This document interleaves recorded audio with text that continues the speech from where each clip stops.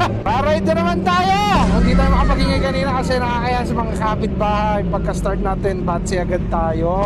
Alis ka ulit kasi weekend, hindi tayo naka-ride. Habol tayo sa weekend. So, today is Sunday. I mean, tonight pala. Hindi na today kasi gabi na. Gusto daw ng asawa ka ng Army Navy, pero Tagaytay. Mag-yaselo ka muna. Wala nga pala siyang mic. Di ko na siya nilagyan ng mic kasi quick ride lang to nga pala. Nag-yaselo siya. Hindi mo siya maririnig.